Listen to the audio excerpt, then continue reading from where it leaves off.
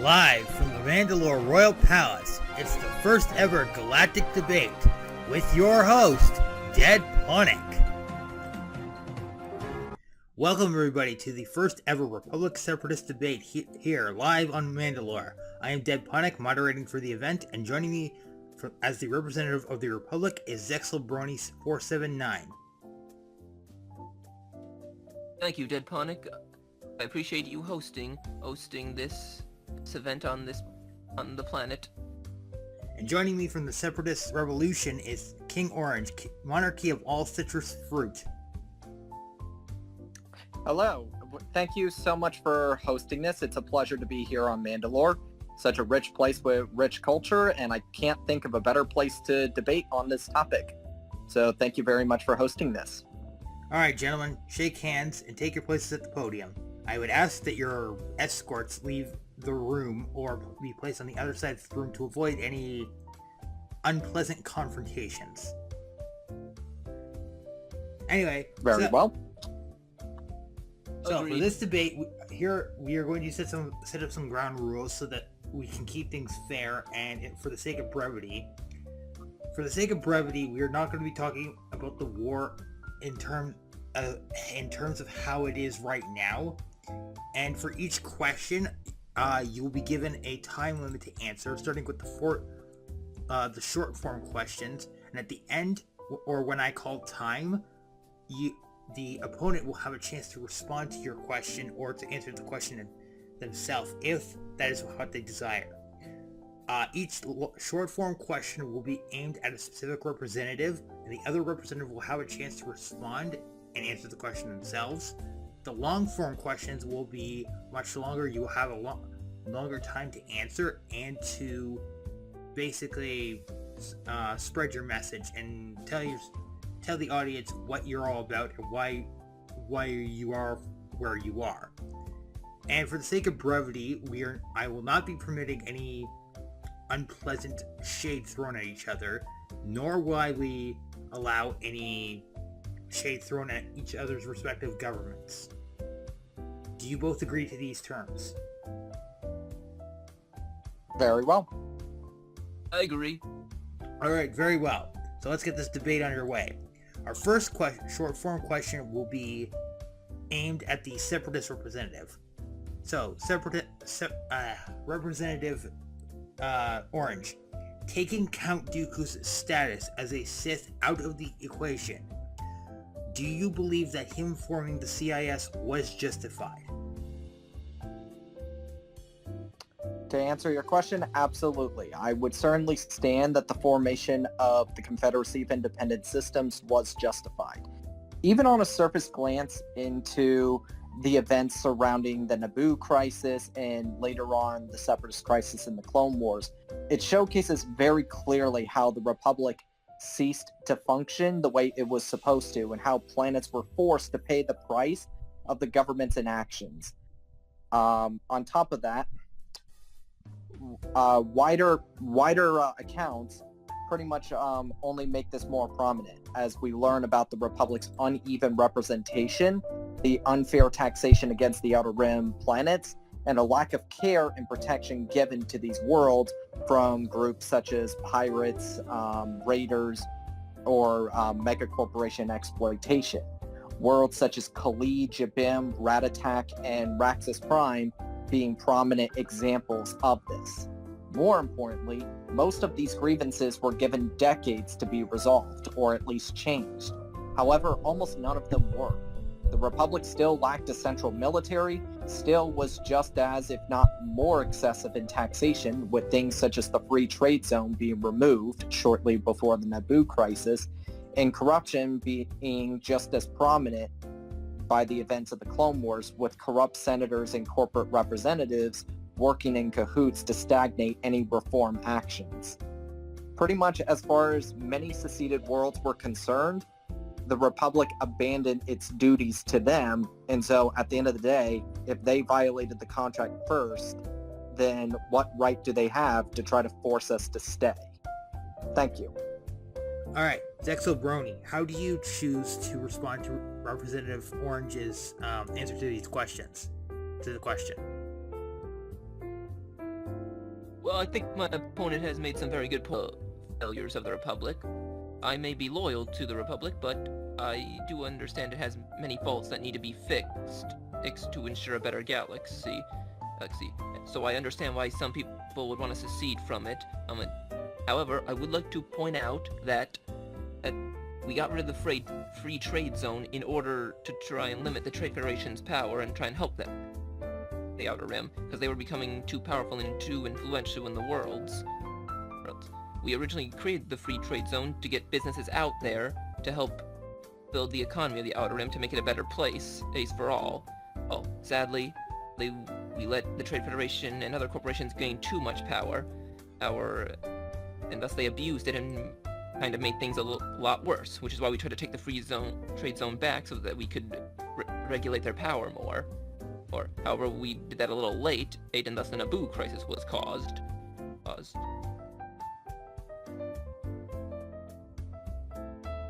Alright, so, second question, going towards the Republic representative. Do you believe negotiations with Separatist leadership might have been possible, and a possible coexistence could have been agreed to prior to the breaking out of the war? It was very possible, I'd like to believe, because we had many decent senators who didn't want the war either, and the Jedi were all about negotiating as well, so they would have been a good help in stopping the war before it happened.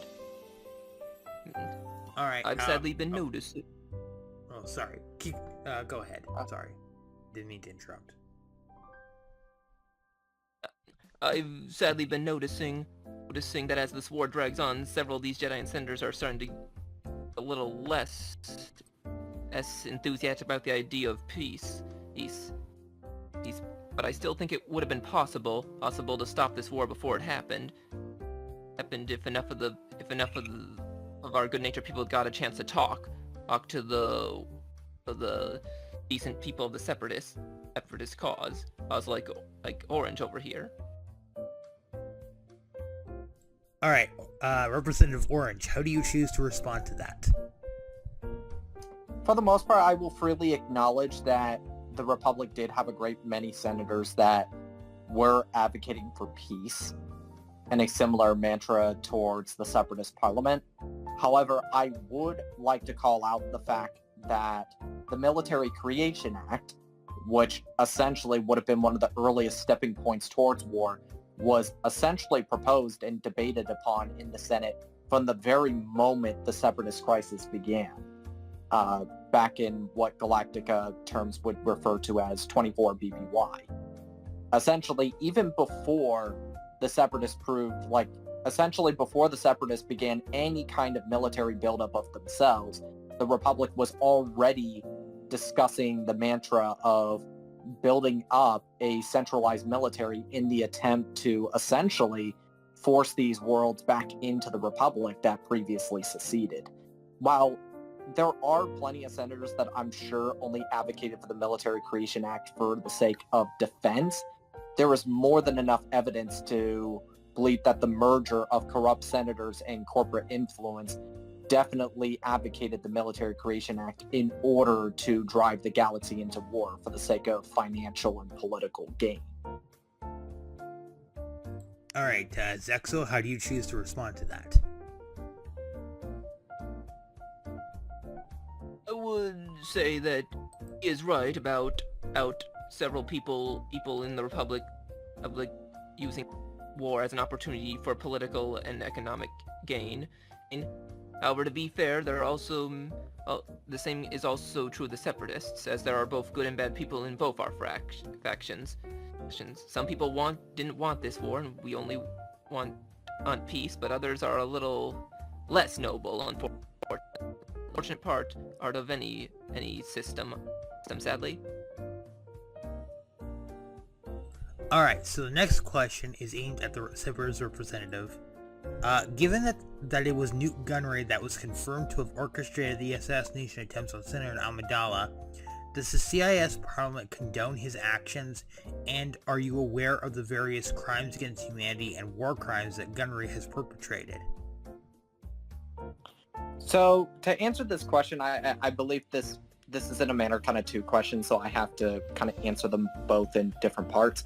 To address the first one, from the sources that I recollect, most of the Confederacy's parliament would not they didn't condone the assassination attempts. Essentially, there's many respectable members within the Confederacy's parliament, particularly Senator Nina Bonteri, who had a very close relationship with Padme Amidala prior to Onderon's secession.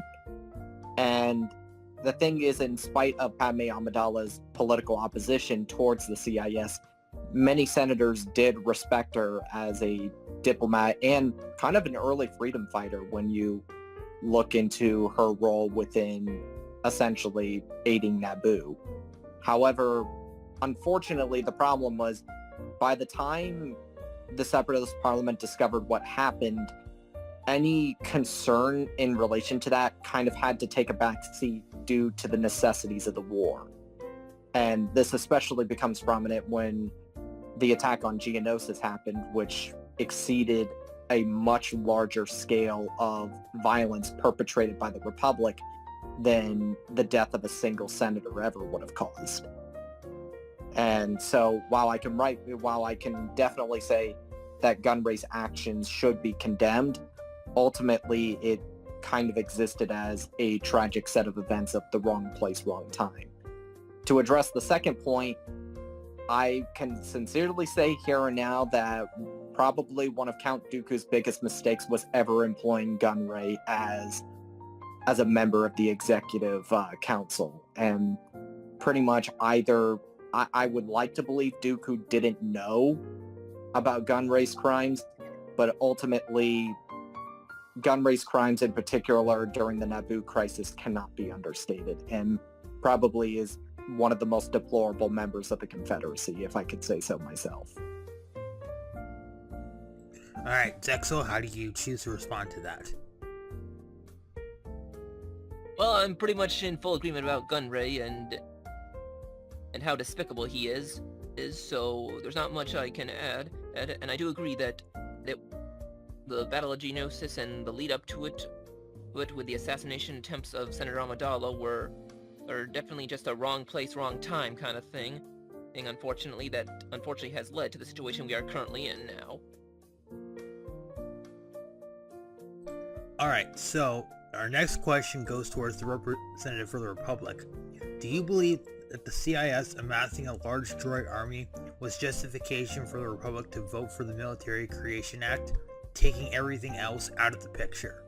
For example, the Count Dooku's hand in creating the clone army.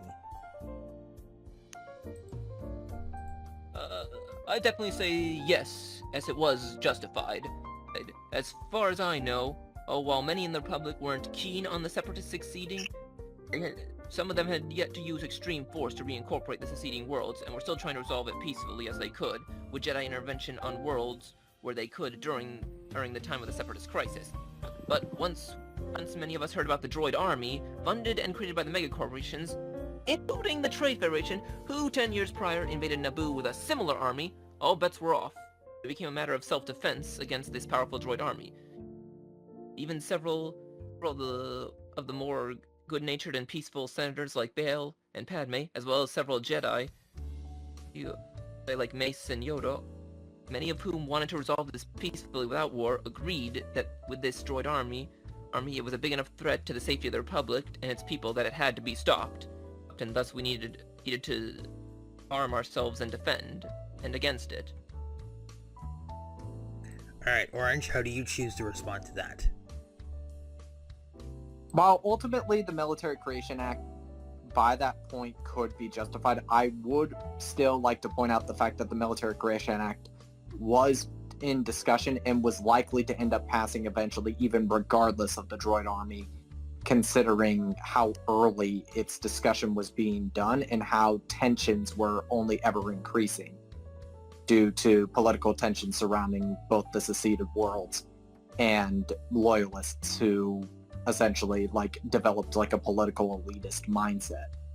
I would also like to point out that while you could argue the amassing of a droid army would be justification for the Military Creation Act.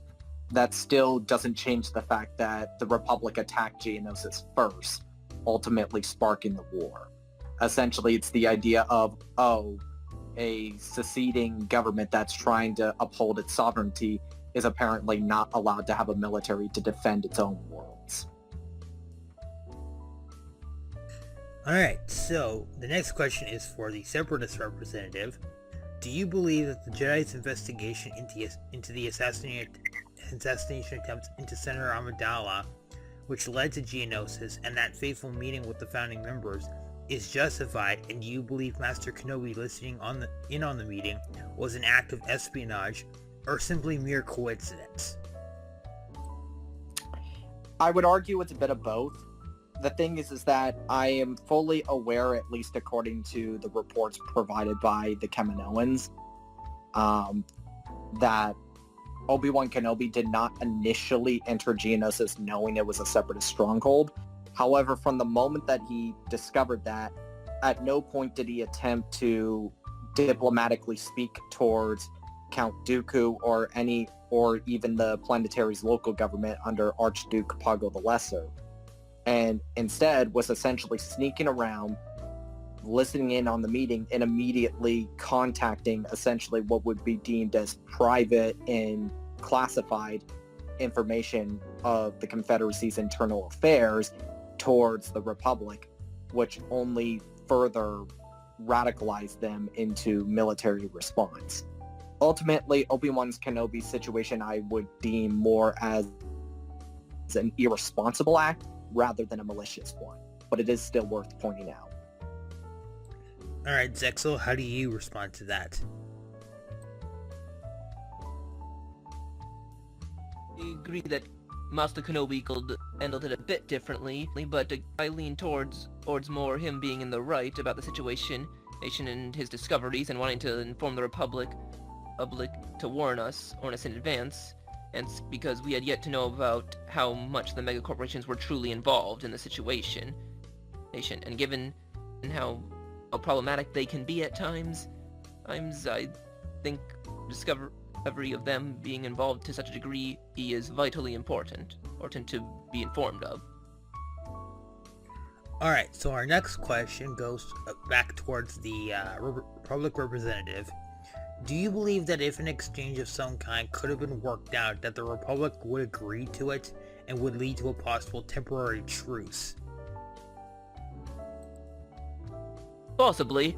Like I said in question 1, and before the war officially started, many didn't want it and wanted to try and resolve things peacefully. So I believe if something of this could have happened. However, how exactly this truly work I cannot say for certain, as there are many factors to consider, like the different worlds and different opinions on what agreement should be met. Alright, Representative Orange, how do you respond to this? Ultimately, I would agree with Representative Zexel about the fact that the political situation of peace is a very difficult thing to navigate, especially considering how many interests there are in keeping the war going. And pretty much going by the accounts of Mina Bonteri, it seems like almost every single time a peace agreement gets close to being made, some kind of the Republic will accuse us of a terrorist attack, and other times will accuse them of a terrorist attack against us. So it's just, and it always seems to coincidentally happen right as a peace agreement is close to being reached. And unfortunately, we've already had confirmed of 2 attempted olive branches of peace that got shot down. One was, of course, sponsored by Senator Mina Bonteri. The second was a conference on Mandalore that broke down. I believe it happened about a couple of months ago. I don't, Duchess Satine was overseeing that, so, you know. Alright, so our final short form question goes back to the Separatist representative. Is there anything you wish your government had done differently to avoid setting off the war, or at least delay it? To answer this question, I think the number one thing that could have been done different was the local Geonosian government ordering the execution of Senator Amidala and the Jedi Anakin Skywalker and Obi-Wan Kenobi. While ultimately all three were caught and given a fair trial on being convicted for espionage, it doesn't change the fact that unfortunately ordering the execution was a radical action, and I believe it would have been more productive and a lot less risky had the Confederacy just chosen to hold them as political prisoners, more than anything. And while I do believe ultimately, it's hard to condemn the Geonosian government for it, because ultimately it is their autonomous right to conduct their trials. It doesn't change the fact that, it doesn't change that it was probably the wrong approach to make. Though I will highlight that at least Senator Amidala was offered clemency and essentially like a pardon for her actions if she at least considered the prospect of Naboo opening an olive branch with the Separatists. However, unfortunately, Padme Amidala declined the offer. Alright, Zexel, same question to you, and how do you choose to respond to Orange?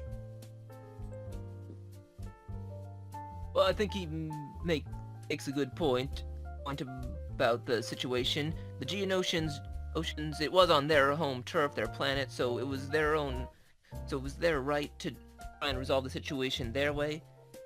However, like he said, they went into a little extreme with the whole execution thing, and just like they have a right to what they do on their planet, we also have a right to help on our ID, so we had to go and help them get out of there, especially with how brutal the execution was going to be. From what I heard from the reports, they sicked fierce beasts on them in a coliseum for battle at an entertainment aimed for the execution. No offense to my opponent, he's a very reasonable and peaceful guy, but the Geonosians are a little barbaric, Eric, in that situation. Alright, for our last question, this last question will be aimed at the Republic representative. If a system gave a valid reason to leave the Republic, and both sides were there to listen in and not influence the decision making, would the Republic allow the system in question to leave peacefully? I think it would depend on the world or system in question. If the system or planet is too close to an important world, like how Umbara's secession a few months ago cut off Kashyyyk and many other Sector 12 Republic worlds from the Republic, then we would need to be fully assured that this secession would not cause major problems for nearby Republic worlds, to ensure they could still get what they need and not get cut off. Of course, we'd also have to make sure the same for Separatist worlds and not get them cut off either. We've all seen how bad a world can suffer when it gets cut off from necessary things, as seen by the blockade of Naboo. However, if such an agreement could be reached, that world had decent reason for leaving, like New Plimto, then I would safely say it would be allowed peacefully. Alright, Orange, how do you choose to answer that question? How do you respond to Zexel? Well, I do ultimately agree there would be plenty of senator members that would advocate for a peaceful resolution that would ultimately enable the secession. It once again comes down to the fact that ultimately that didn't happen, and now essentially worlds that have a lot of grievances with the Republic that attempted to leave peacefully are now being attacked by the clone army, all for essentially wanting to leave and be left alone. And many of these worlds are even, they're leaving either for political injustices or for just an attempt of economic self-preservation, Jabim being one of the most prominent examples on that front. Essentially, right before their secession, the Republic was going to try to nationalize all of Jabim's mining ores. And essentially, while I can't confirm this to be definitively the case, I don't believe Jabim's secession would have been as agreed upon as it was if it wasn't for the fact that the Republic was literally going to economically drain them. Meanwhile, the Separatists were offering to actually pay for the mineral ores and give them a chance to economically recover. And I believe it ultimately comes down to the fact that the Republic had too many corrupt senators that were not willing to let their bottom line shrink a little bit for the sake of giving these worlds a right of self-determination.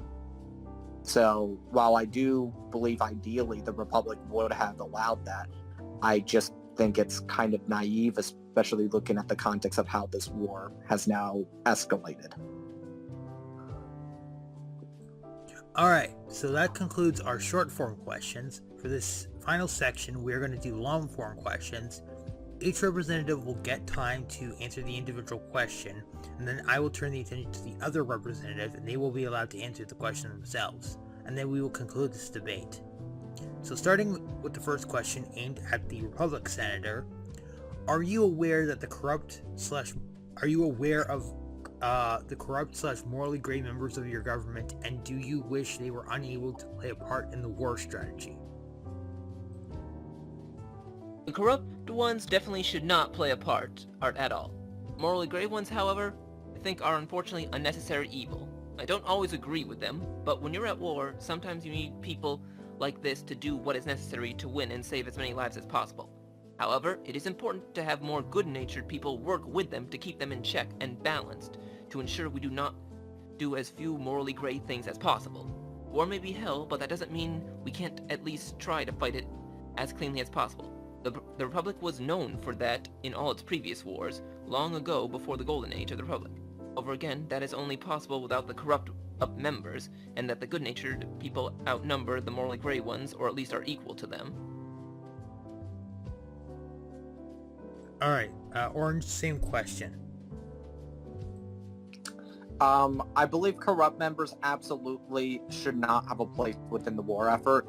The only exception should only be made if you are able to ensure that their corrupt actions were neutralized, essentially meaning that they've reformed since then. A prominent example we know of that is was Senator Rush Clovis, who attempted to turn a new leaf. However, unfortunately, due to a crisis surrounding the banking clan, he met a tragic end.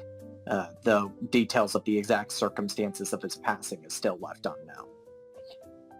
However, as for the morally gray members, I would definitely justify their existence primarily because of the fact that, unfortunately, the war did necessitate a degree of ruthlessness in order to facilitate a quicker peace. And I think it's fine for them to exist as long as they are kept on a leash to be able to ensure that they don't just commit barbaric acts for the sake of it.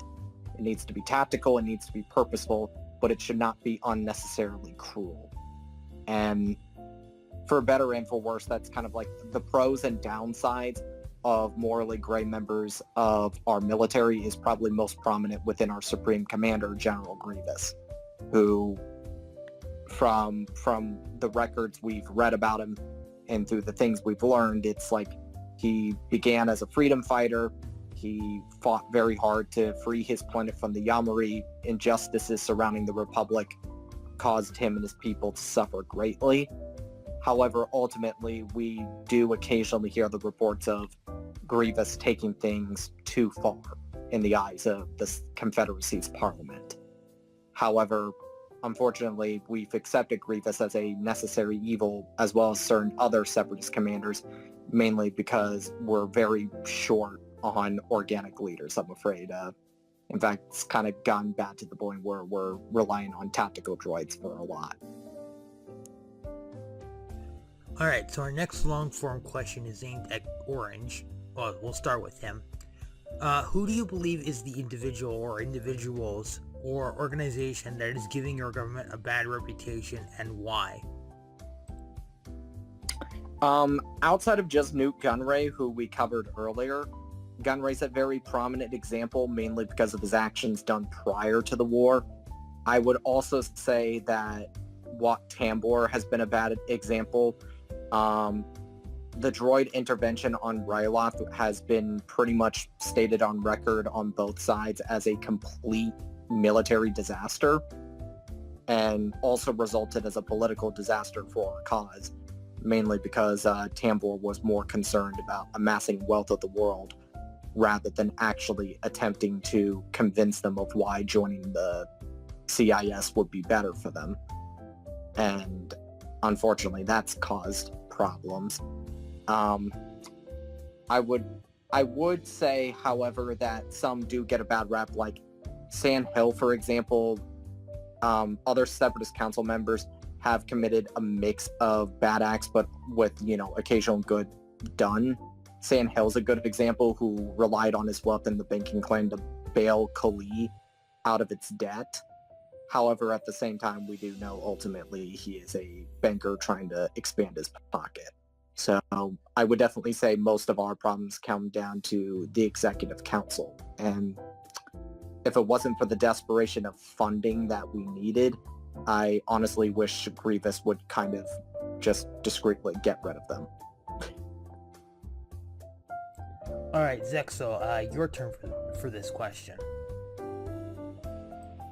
For our side, it's definitely the entire Tarkin family, easily enough. So, Iwana Sector, or Sector 18 in some circles, is pretty much the poster child for all the worst parts of the Republic without any of the good. Much Ariadu, the Tarkins, and other aristocratics control the poor planets and sectors with its wealth. It's not surprising a lot of worlds in that sector seceded. I'm honestly still surprised Sullust remains so loyal to us, and had to be conquered by the Separatists instead of willingly joining them, despite how close they are to Ariadu.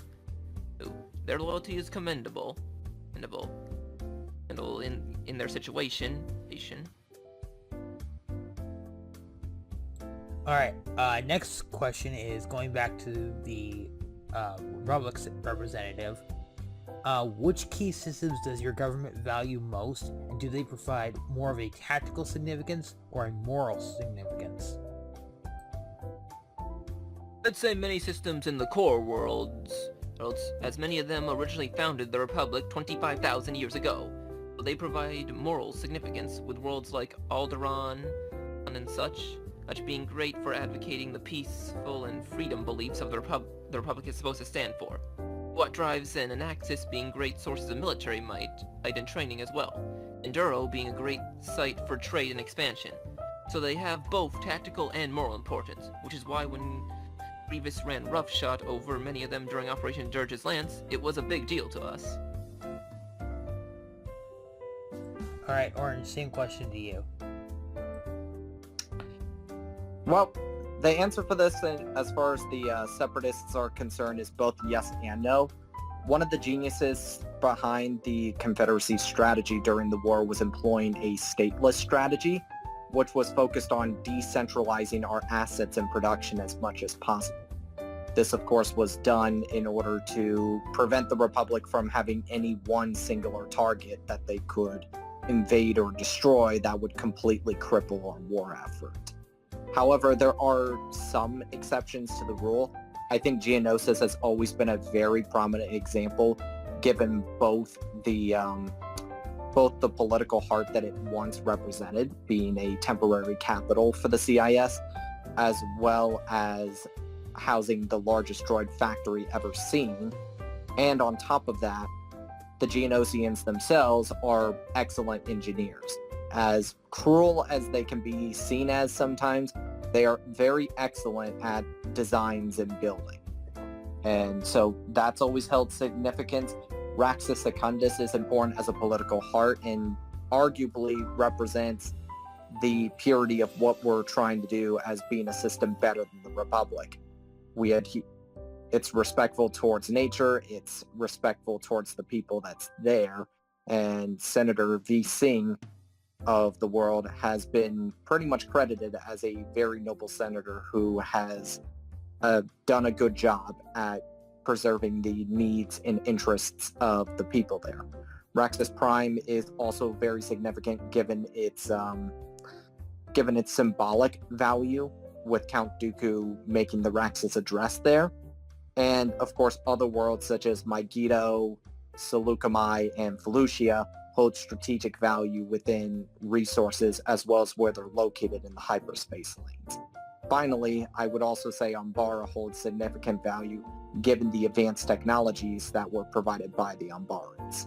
However, overall, the Separatists mainly value the concentration of ensuring that no single asset could completely make or break our war effort. Alright, so the next question, starting with the Separatist representative again. Who do you believe on the opposite side is the individual or individuals in our organization in your government that is justified in being vilified? I would say there are a decent amount. Palpatine is obviously the top honcho when you kind of get into that, even without the hindsight of who he is and who he's rumored to be. Palpatine undoubtedly took advantage of the Naboo crisis to capitalize on being elected as Chancellor. And in spite of all his promises to try to end corruption, the 10 years still pretty much resulted in corruption being just as rampant, and him even abandoning his original political platform of being more of a middleman for the mid and outer rim, and instead pretty much leaning towards just being another core world elitist. The Tarkin family is another excellent example, and pretty much Zexel does a good job at highlighting the details surrounding that. I would also say there are plenty of ruthless clones who have caused more harm than good, Bakara and Neo being some notable ones according to Separatist reports. And unfortunately, I also have to point out the Jedi war criminal that is Anakin Skywalker. Not only is his ruthless conduct just incredibly uncalled for, and it is stated that he has tortured mentally or otherwise Separatist POWs, but on top of that, he has him and his master have almost single-handedly been responsible for the Separatists not being able to trust Republic surrenders, as they are held guilty of perfidy, where they will essentially use our gestures of surrender and truce as an opportunity to gain tactical advantage. And as if that wasn't bad enough, Anakin Skywalker during the Battle of Ryloth even used humanitarian aid as a grounds for truce, only to essentially turn around and ram an entire Republic Star Cruiser into a Looper Hulk. So unfortunately, because of that, it's forced our hand in essentially denying humanitarian aid towards pro-Republic worlds, even in spite of our regret of the many people that are suffering and dying as a result. All right, Zach. In so, fact, oh, if I may add, sorry, one more thing. And to really emphasize how bad that's gotten, recent reports have stated that even the super tactical droids have been programmed to never accept a surrender from Anakin Skywalker ever again. All right, Zach. So, your turn. Well, many of the corporations easily enough on the Separatist side, I think.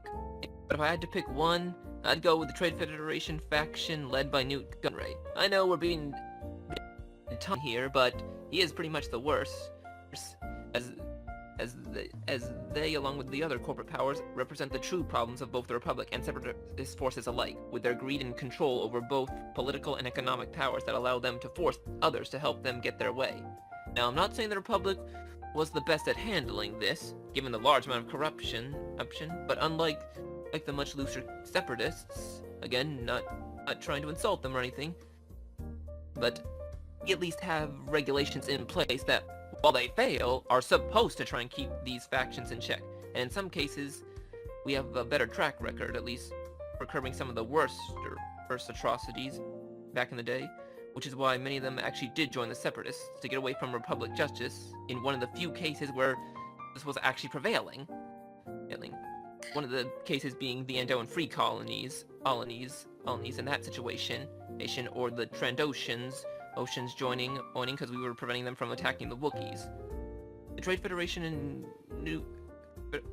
Gunray are big examples of that, what happened at Naboo so many years ago, with many in the Republic not trusting them anymore, and while the process failed to get new country removed from power after four attempts, everyone was more on guard around him and his organization from now on. Similar to how now they're on guard, the super tactical droids are now on guard around Anakin Skywalker, given his reputation.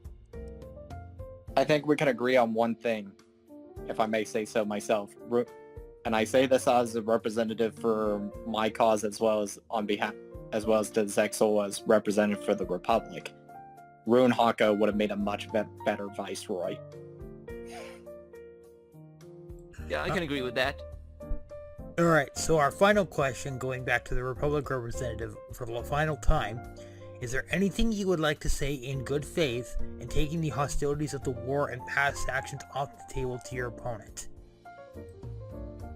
I would like to say I respect those in the CIS who have noble reasons for fighting, and just want to make a better galaxy for their people.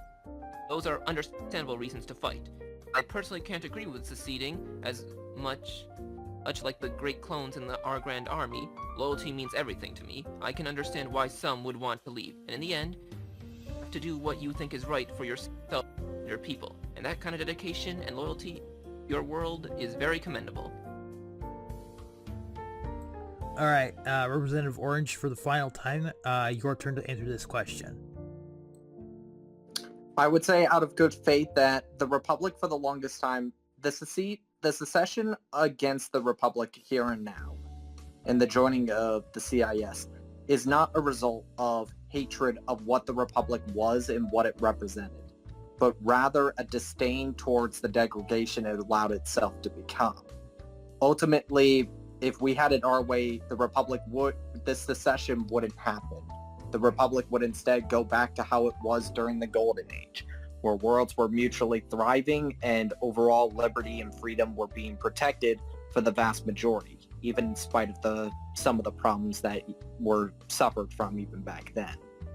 And I will also credit the fact that even in spite of many corrupt senators and megacorporations influencing the Republic Senate, and also having a corrupt chancellor who seems to be more and more power hungry, there are still plenty of senators who are attempting to resolve this conflict peacefully.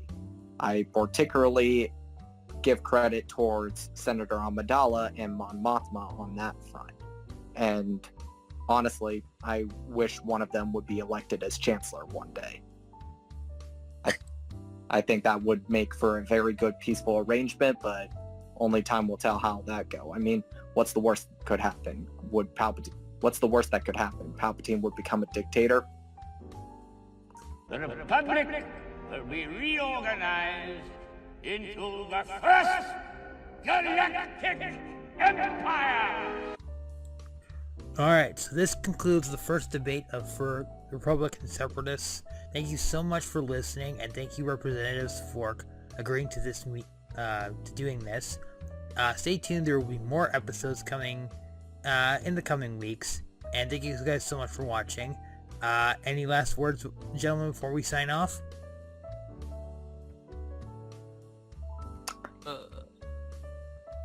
Go ahead, after you. Thanks for listening, everyone. This was an enlightening experience. On my end, thank you I would like to thank everyone for listening in on this. I would probably say just don't forget to leave a transmission down below on ultimately which side you think won this debate for the foreseeable future. And always remember that regardless of our disagreements, we're ultimately here to make peace, not war. Gosh, I sound like a hippie.